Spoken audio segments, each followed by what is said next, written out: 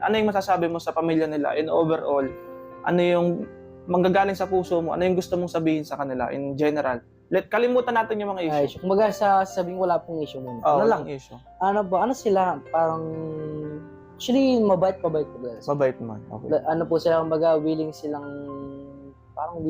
maging, maging mabuting tao. Okay. Talagang ganun. Pero, not all the time. Mhm. Kumbaga, syempre, yung discipline, doon. Pero, yung totoo, mabait po talaga. Mabait Magaling talaga. sila, marunong sila makisama. Okay. Alam nila yung mga, kumbaga, sa family na, meron pa rin, nandun po yung love sa Okay. loob ng bahay. So ano yung gusto mong message sa kanila, na magpapasalamat ka ba sa kanila or may mensahe ka sa kanila na pang pinaling message sa kanila?